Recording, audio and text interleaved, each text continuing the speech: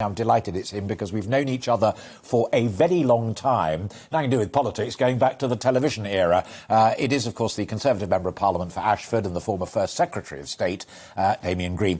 Your face lit up when Rental said basically the Tories being traditionally brilliantly brutal with that budget.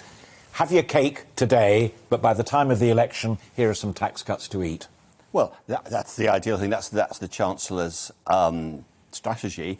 The one point I would disagree with John about when he said this is traditional New Labour. It seems to me, as a traditional One Nation Conservative, that this is One Nation Conservatism. Actually, being pragmatic, saying what does the country need now, and it does need some extra spending on areas, not just the big areas we've talked about, like health and education, but other areas like the courts, which are in yes. really serious backlogs and things like that. A lot of the smaller departments, every department is getting an increase in spending.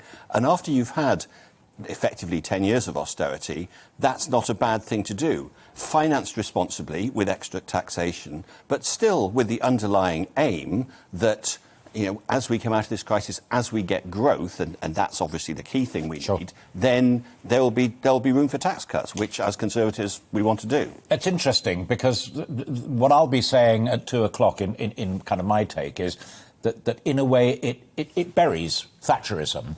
It buries that bold statement of low tax, low spend, small state, stand on your own 2 feet, do your own thing kind of thing.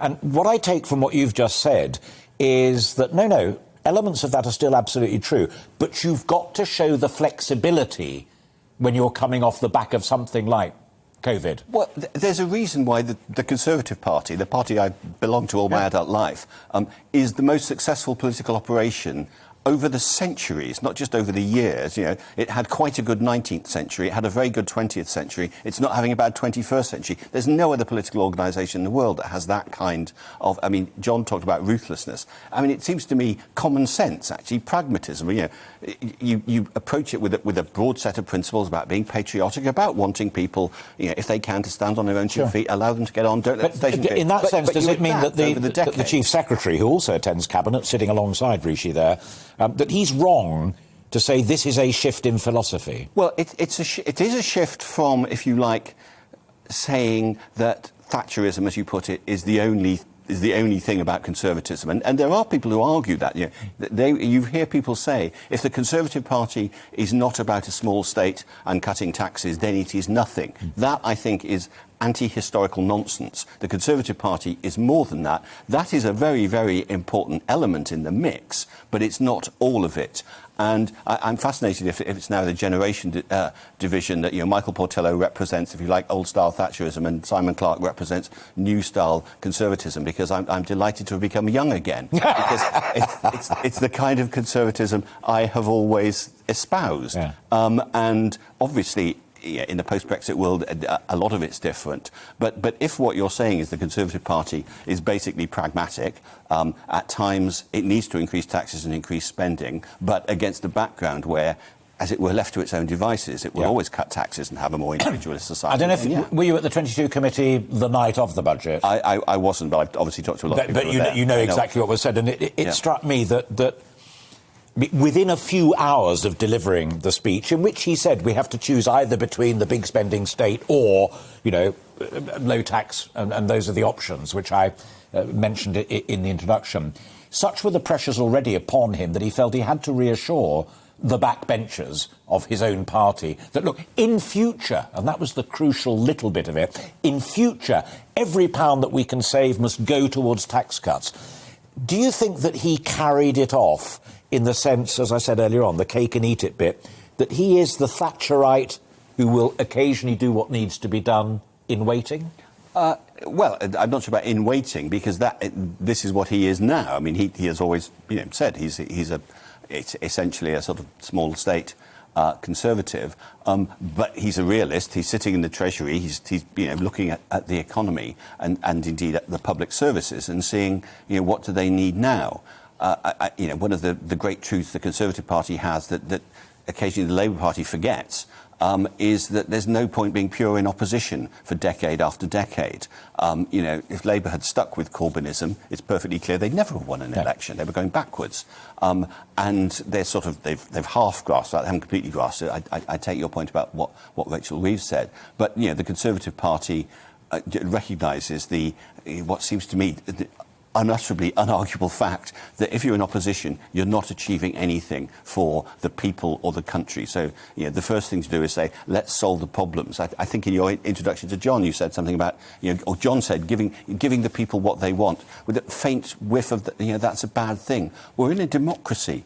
Giving people what they want is what democracy should do. Otherwise, they'll turn to anti-democratic politics. Absolutely. We've seen that in other parts of the world. And to do that in a way where sometimes you say, you know what our principles are, but actually we'll just do this now, like putting up national insurance to pay for health and social care, that you wouldn't expect a Conservative government necessarily to do that. But at a time when that's necessary, then that's what you do. And on the whole, people understand that. Sure.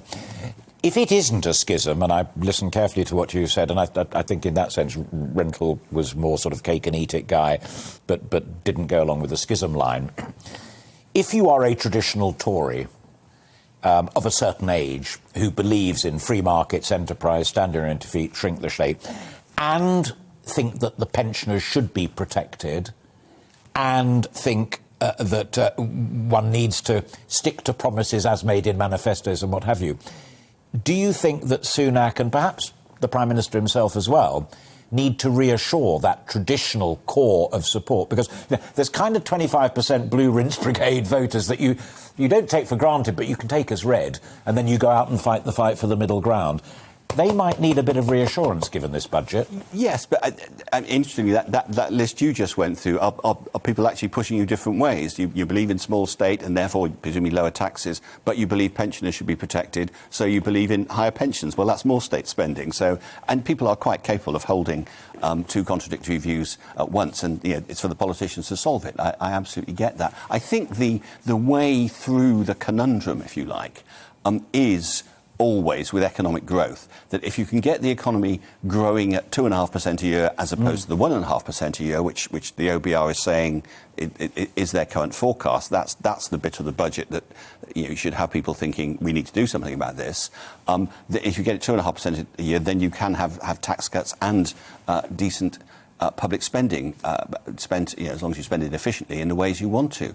So that's always the truth about democratic politics. If you can deliver economic growth consistently, then you can make choices in a way that you'd like to, rather than having to deal with crises. And therefore, I think, in a way, the most important bit of the budget is not any of the bits people are talking about. It is the encouragement of research and development and the various things that the government's been doing about science, because that will plot a route to Britain's long-term prosperity through the next 30 or 40 years. And if we get that right, then everything else becomes relatively easy. It's never easy, but it becomes relatively easy, because it's really difficult when you haven't got enough economic growth. So you really are having to choose between, to carry the cake analogy, am I going to feed you with the cake or you with the cake? That's when you get unpopular. Final question, and it's crystal ball, obviously, and therefore you can knock a crystal ball, to mix my analogies, to the to the boundary if you want to. But listening very carefully to your analysis of what was actually done within that budget, and the logic that you can be a small state, small spender person, do that, and then in a period of time it will once again come good and give you the choices and the options. Does that suggest to you that all of this talk in the papers about, the Mail did it the other day, rushed to the electorate earlier than expected, or it has to be a long game election, certainly to 23, if not the full 2024? I've always thought that all this talk of an early election was nonsense, partly because we're going through a boundary review. Most analysis suggests that review, which will make the seats fairer, will actually probably add about 10 seats to the Conservative total. Why would you want to have an election before that? And on top of that, there's the whole Brenda from Bristol argument. People, not another election. People sort of know what the electoral cycle is, and they'll take 4 years rather than 5. But if you start doing it every 3 years, then people get fed up. And I believe the previous precedent for calling an early election is not a great one for any Prime Minister. So my guess is it might be as early as autumn 23, might even go the full term to 24. Yeah. But sitting here today, I would be very surprised if we had an election before the autumn of 23. Great. And going the full length doesn't always play as well as folk might hope for, as with Gordon and indeed. With John's second time. There is a judgment made. Genuine pleasure to see you. We've actually, and I can share another secret with them out there, we've been trying to do this for quite some time, and I'm delighted that we were able to do it today and that it was on such an important issue as the budget and the state of your party. Really good to see you. And best you. of your And home. you.